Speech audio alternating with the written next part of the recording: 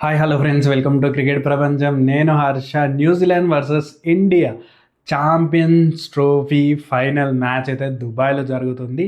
ఈ మ్యాచ్లో ఎవరు గెలవబోతున్నారు అండ్ పిచ్ రిపోర్ట్ ఏంటిది, వెదర్ ఏ విధంగా ఉంది, ప్లేయింగ్ 11 నుంచి అయితే ఖచ్చితంగా న్యూజిలాండ్ అండ్ ఇండియాలో కొన్ని చేంజెస్ ఉన్నాయి, కొన్ని ఫోర్స్డ్ చేంజెస్ ఉన్నాయి. మాస్టర్ ప్లాన్తో న్యూజిలాండ్ రాబోతుంది. వాళ్ళ ప్లేయింగ్ 11 ఏంటిది అండ్ ఆల్సో మన ఛానల్లో చూస్తే కనుక ప్రతి మ్యాచ్కి, ఛాంపియన్స్ ట్రోఫీలో జరిగిన ప్రతి మ్యాచ్కి అయితే విన్ ప్రెడిక్షన్ ఇవ్వడం జరిగింది. చూస్తే కనుక ఇప్పటికీ 11 మ్యాచెస్ అయితే కనుక దానిలో 8 విన్ ప్రెడిక్షన్స్ అయితే మనం కరెక్ట్ అయ్యాము. ఇక్కడ ప్రొజెక్ట్ చేశాను చూడండి. ప్రతి మ్యాచ్కి ముందు ప్రివ్యూలో పలానా టీం గెలుస్తుంది మన వీడియోస్ ఉంటే కావాలంటే మీరు చెక్ చేయండి. ఖచ్చితంగా ఇక్కడ ప్లే చేసినవే ఉంటాయి. సో మన విన్నింగ్ స్ట్రైక్ రేట్ చూసినా 72% కంటే ఎక్కువ ఉంది. కాబట్టి సో మన ఛానల్ ఎంత ఎఫెక్టివో మీకే వదిలేస్తున్నాను.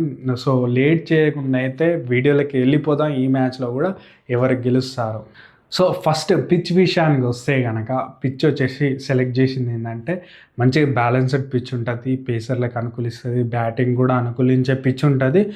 పిచ్ మీద నిలబడి రన్స్ అయితే చేసుకోగలరు. బట్ చాలా అంటే చూస్తే కనుక మనం ఎక్స్పెక్ట్ చేయొద్దు 290, 300 రన్స్ అయితే ఇక్కడ రావు.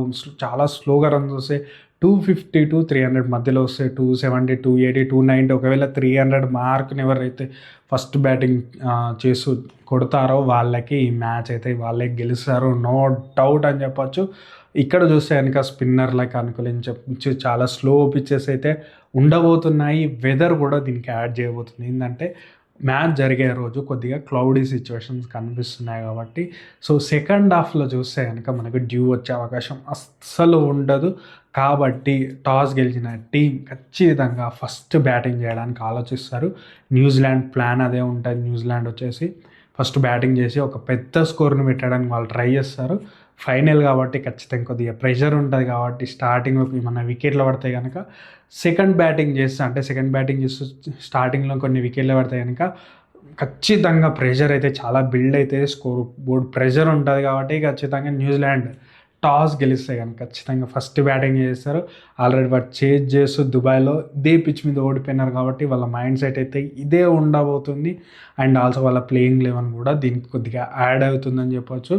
అండ్ పిచ్ కొద్దిగా రికార్డ్స్ కూడా చూద్దాం. మనం పిచ్ రికార్డ్స్ ఏ విధంగా ఉన్నాయంటే బంగ్లాదేశ్ మీద 200 అయితే మనం చేజ్ డౌన్ చేసాము. అండ్ దాని తర్వాత పాకిస్తాన్ మ్యాచ్లో 240ని చేజ్ డౌన్ చేసాం. దాని తర్వాత చూస్తే కనుక ఇండియా 250 కొట్టింది. న్యూజిలాండ్ అది చేజ్ చేయలేకపోయింది, 200 రన్స్ వాళ్ళు కొట్టారు. ఆస్ట్రేలియా మ్యాచ్లో 264 రన్స్ వాళ్ళు కొట్టితే 265 మనం రన్ చేజ్ చేసాము. సో ఇండియాకి అయితే చాలా పాజిటివ్ గ్రౌండ్గా అయితే ఇప్పటివరకు అయితే రికార్డ్స్ ఉన్నాయి. సో ప్లేయింగ్ 11 విషయానికి వస్తే కనుక మనం ఆల్రెడీ ప్లేయింగ్ 11 మీద వీడియో ఉంటుంది చూడండి, చాలా ఇంట్రెస్టింగ్ వీడియో. ఇక్కడ చాలా షార్ట్లో చెప్పడానికి నేను ట్రై చేస్తాను. చూస్తే కనుక న్యూజిలాండ్ అయితే ఖచ్చితంగా ఒక పేసర్ని తగ్గించి ఓ బ్యాటర్ని, ఎక్స్ట్రా బ్యాటర్ని తీసుకునే అవకాశం ఉంది. డేవిన్ కాన్వేని తీసుకొస్తారు. ఎందుకంటే స్పిన్ని అద్భుతంగా ఆడగలడు.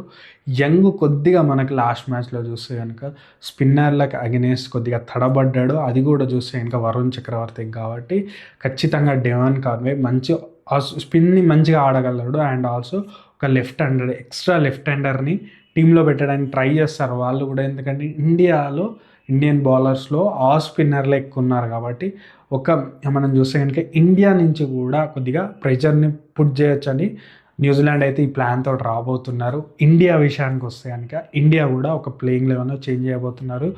కుల్దీప్ ప్లేస్లో ఖచ్చితంగా మనం వాషింగ్టన్ సుందర్ని ఆడించాలి.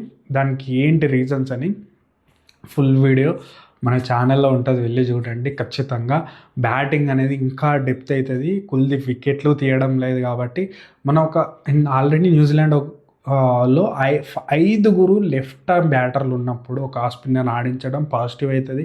ఒకవేళ వాషింగ్టన్ సుందర్ వికెట్లు తీయకపోయినా సరే బ్యాటింగ్లో కొద్దిగా డెప్త్ వస్తుంది. కుల్దీప్ ఎట్లా వికెట్లు తీయట్లేదు.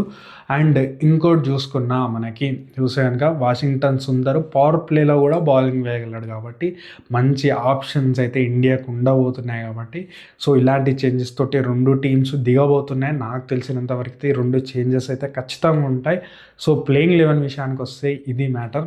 అండ్ గేమ్ ప్లాన్ విషయానికి వస్తే కనుక గేమ్ ప్లాన్లో ఏం చేంజెస్ ఉంటాయి మాత్రం, న్యూజిలాండ్ అయితే టాస్ గెలిచి ఫస్ట్ బ్యాటింగ్ చేద్దాం అనుకుంటారు. వాళ్ళు ఒక మంచి స్కోర్ కొట్టి ఎట్లాగో వాళ్ళని కట్టడి చేయడానికి వీళ్ళు ట్రై చేస్తారు. అండ్ ఇండియా విషయానికి వస్తే కనుక ఇండియా టాస్ ఓడిపోతే బెటర్ అనుకుంటారు. ఎందుకంటే ఇండియా వచ్చేసి ఫస్ట్ బ్యాటింగ్ చేసినా గెలిచింది, సెకండ్ బ్యాటింగ్ చేసినా గెలిచింది. సో బెటర్ ఇండియా చేజ్ చేయడానికి ఎక్కువ ఆలోచిస్తారు.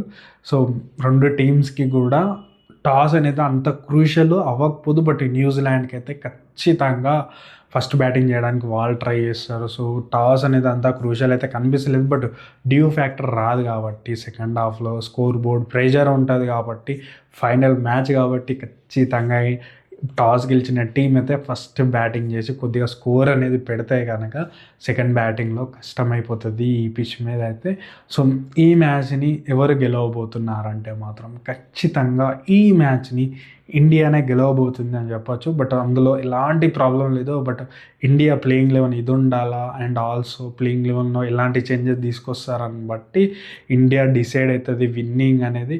సో ఇండియాకి చాలా క్రూషియల్. సో ఇప్పటికైతే నాకైతే వాషింగ్టన్ సుందర్ ఆడిస్తేనే ఇండియా టీం గెలిచే అవకాశాలు ఎక్కువ కనిపిస్తున్నాయి.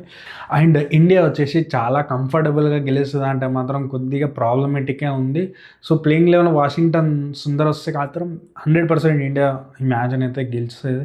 దాంట్లో నో డౌట్. ఒకవేళ వాషింగ్టన్ సుందర్ లేదంటే కనుక కొద్దిగా కష్టమైపోతుంది ఇండియా ఛాన్సెస్ అయితే, విన్నింగ్ ఛాన్సెస్. సో చూడాలి.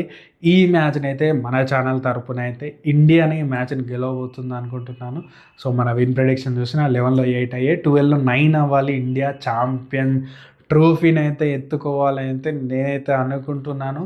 సో ఇండియా గెలుస్తుందంటే మాత్రం ఖచ్చితంగా చూస్తే కనుక ఇండియాకి సపోర్ట్ చేయాలనుకుంటే మాత్రం కామెంట్ రూపంలో అయితే తెలియజేయండి. మీరు ఈ కామెంట్ అయితే ఇండియాకి సపోర్ట్ చేస్తూ అయితే ఖచ్చితంగా సపోర్ట్ అయితే చేయండి ఇండియాకి. సో నా వీడియోని ఇక్కడ వరకు చూస్తే కనుక నా వీడియో అంతా ఇంత మీకు నచ్చినట్లే ఉంది కాబట్టి ఖచ్చితంగా సబ్స్క్రైబ్ చేసుకొని నాకైతే సపోర్ట్ చేయాలైతే నేనైతే అడుగుతున్నా. ఇది వీడియో ఇండియా గెలుస్తుందా లేదా అని అయితే కామెంట్ రూపంలో తెలియజేయండి. Thank you.